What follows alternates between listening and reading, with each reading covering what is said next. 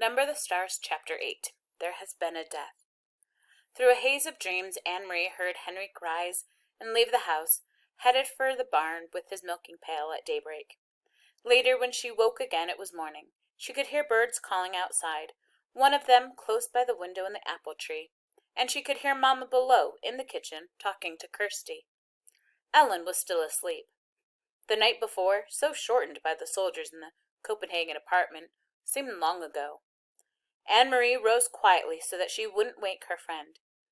She pulled on her clothes and went down the narrow curved staircase to find her sister, kneeling on the kitchen floor, trying to make the gray kitten drink water from a bowl.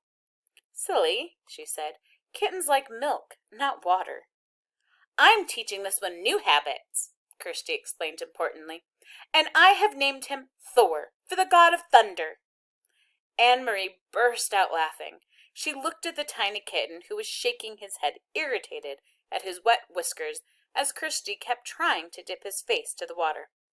"God of thunder?" Anne-Marie said. "He looks as if he would run and hide if there was a thunderstorm." "He has a mother some place who would comfort him, I imagine," Mamma said. "And when he wants milk, he'll find his mamma." "Or he could go visit the cow," Kirsty said. Although Uncle Henrik no longer raised crops on the farm, as his parents had, he still kept a cow, who munched happily on the meadow grass and gave a little milk each day in return. Now and then he was able to send cheese into Copenhagen to his sister's family. This morning Anne-Marie noticed with delight Mamma had made oatmeal, and there was a pitcher of cream on the table. It was a very long time since she had tasted cream. At home they had bread and tea every morning. Mamma followed Anne-Marie's eyes to the pitcher. "Fresh from Blossom," she said. "Henrique milks her every morning before he leaves for the boat." "And," she added, "there's butter, too. Usually not even Henrique has butter, but he managed to save a little this time."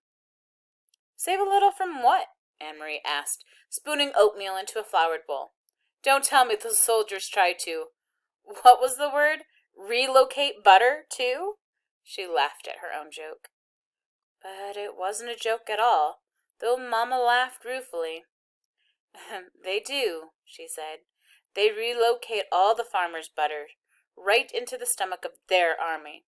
I suppose that if they knew Henrique had kept this tiny bit, they would come with guns and march it away down the path." Kirsty joined their laughter as the three of them pictured a mound of frightened butter under military arrest. The kitten darted away when Kirsty's attention was distracted, and settled on the windowsill. Suddenly, here in the sunlit kitchen, with cream in a pitcher and a bird in the apple tree beside the door, and out in the catgut, where Uncle Henrik, surrounded by bright blue sky and water, pulled in his nets filled with shiny silvery fish, suddenly the specter of guns and grim-faced soldiers seemed nothing more than a ghost story, a joke with which to frighten children in the dark. Ellen appeared in the kitchen doorway, smiling sleepily, and Mamma put another floured bowl of steaming oatmeal on the old wooden table. "Cream," Anne-Marie said, gesturing to the pitcher with a grin. All day long the girls played out of doors under the brilliant clear sky and sun. Anne-Marie took Ellen to the small pasture beyond the barn and introduced her to Blossom, who gave a lazy, rough-textured lick to the palm of Ellen's hand when she extended it timidly. The kitten scampered about and chased flying insects across the meadow.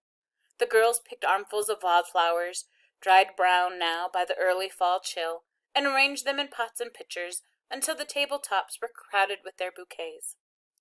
Inside the house, Mamma scrubbed and dusted, tusking at Uncle Henrik's untidy housekeeping. She took the rugs out of the clothesline and beat them with the sticky scattering of dust into the air. "He needs a wife," she said, shaking her head, and attacked the old wooden floors with a broom while the rugs aired. "Just look at this," she said, opening the door to the little-used formal living room with its old-fashioned furniture. "He never dusts." She picked up her cleaning rags. "And Kirsty," she added, "the god of thunder has made a very small rain shower in the corner of the kitchen floor. Keep an eye on him." Late in the afternoon, Uncle Henrik came home. He grinned when he saw the newly cleaned and polished house, the double doors to the living room wide open, the rugs aired and the windows washed. "Henrik, you need a wife," Mama scolded him. Uncle Henrik laughed and joined Mama on the steps near the kitchen door. "Why do I need a wife when I have a sister?" he asked in his booming voice. Mama sighed, but her eyes were twinkling. "And you need to stay home more often to take care of this house. This step is broken, and there's a leaking faucet in the kitchen, and—" Uncle Henrik was grinning at her, shaking his head in mock dismay. "And there are mice in the attic, and my brown sweater has a big moth hole in the sleeve, and if I don't wash the window soon—" They laughed together. "Anyway," Mama said, "I have opened every window, Henrik, to let the air in, and the sunlight. Thank goodness it is such a beautiful day." "Tomorrow will be a day for fishing," Henrik said, his smile disappearing. Anne-Marie, listening, recognized the odd phrase. Papa had said something like it on the telephone.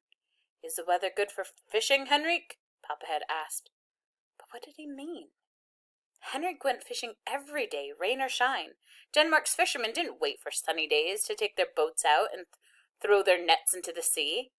Anne-Marie, silent, sitting with Ellen under the apple tree, watched her uncle. Mama looked at him.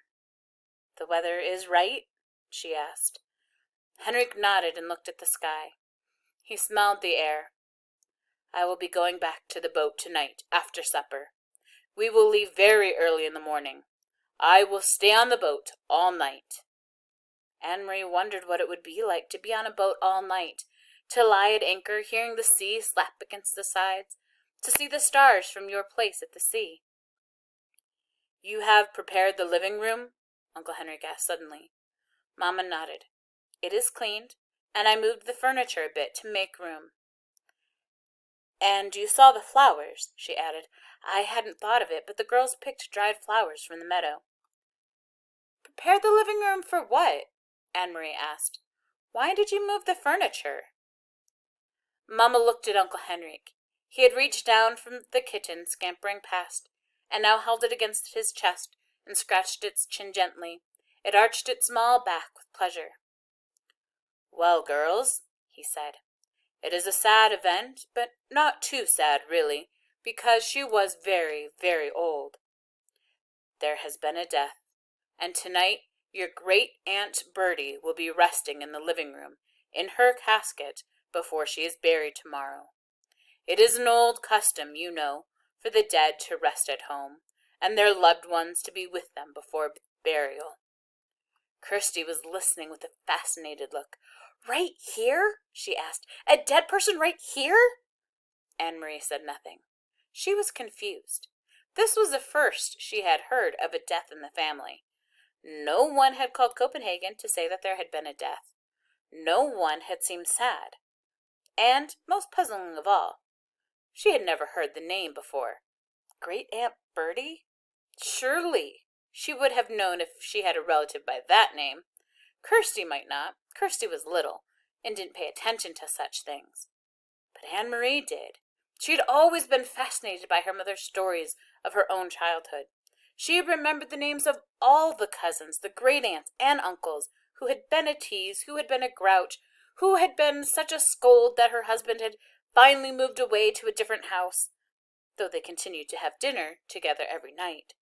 Such wonderful, interesting stories, filled with the colorful personalities of her mother's family. Anne-Marie was quite certain, though she said nothing. There was no great-aunt Bertie. She didn't exist.